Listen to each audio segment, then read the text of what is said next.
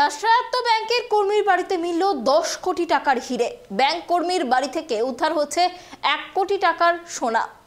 তার মধ্যে রয়েছে সোনার গয়না, সোনার বাট, সোনার কয়েন। রাষ্ট্রায়ত্ত ব্যাংকের এই কর্মীর বিরুদ্ধে লকার থেকে চুরির অভিযোগ আগেই উঠেছিল।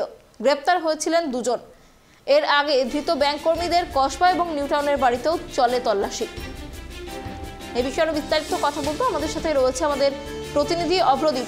দেখো, যেমনটা জানা যাচ্ছে, ব্যাংক কর্মীর বাড়িতে কার্যত মিলল কুবেরের ধন। 10 কোটি টাকার গয়না উদ্ধার হয়েছে, কি জানা যাচ্ছে?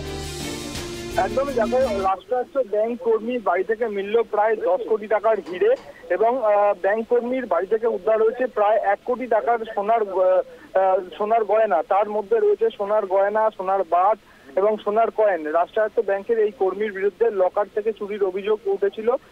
এই বিষয়ে কিন্তু দুজনকে গ্রেপ্তার করেছিল কলকাতা পুলিশ।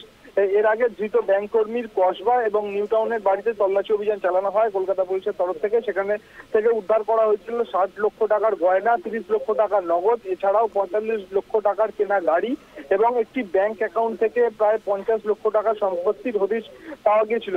প্রসঙ্গত, বেশ কয়েকদিন আগে রাষ্ট্রায়ত্ত ব্যাংকের লকার ইনচার্জের বিরুদ্ধেই লকার থেকে গ্রাহকের গয়না চুরির অভিযোগ ঘিরে শোরগোল পড়ে যায়। পার্কস্ট্রিটের এই রাষ্ট্রায়ত্ত ব্যাংকের এই ঘটনা তদন্তে নেমে পুলিশ জানতে পারে যে মৌমিতা এবং তার দাদা মিঠুন এই ঘটনার সঙ্গে জড়িত এবং তাদেরকে কিন্তু গ্রেপ্তার করা হয়। পার্কস্ট্রিটের রাষ্ট্রায়ত্ত ব্যাংকের লকার ইনচার্জ ছিলেন মৌমিতা।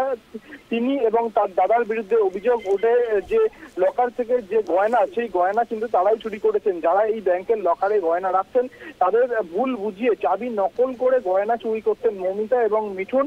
এই ঘটনা তদন্তে নামে পুলিশ। এর আগেও এই ব্যক্তিদের কসবা এবং নিউটাউনের বাড়িতে তল্লাশি অভিযান চালানো হয়।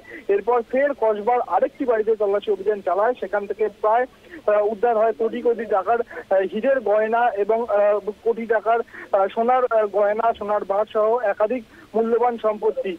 গত ডিসেম্বর মাসে প্রথমবার অভিযোগ আসে এক মহিলার তরফ থেকে। পার্কস্ট্রিটের ওই রাষ্ট্রায়ত্ত ব্যাংকের গ্রাহক ছিলেন তিনি। সেখানেই লকার ছিল তার। ব্যাংকে ভরসা করে নিজের গয়না রেখেছিলেন। মহিলা অভিযোগ করেন তার লকার থেকে গয়না উধাও হয়ে গিয়েছে। তদন্তে নামে পুলিশ এবং এরপরই মৌমিতা এবং মিঠুনের কীর্তিকলাপ সামনে আসে। পুলিশ সূত্রে যেটা খবর পাওয়া যাচ্ছে, চাবি নকল করে ব্যাংকের লকার থেকে গয়না চুরি করতেন মৌমিতা। তারপর সেই গয়না বিভিন্ন জায়গায় বিক্রি করতেন মিঠুন। ভাই বোন মিলিতভাবে চালাচ্ছিলেন এই চোরা কারবার।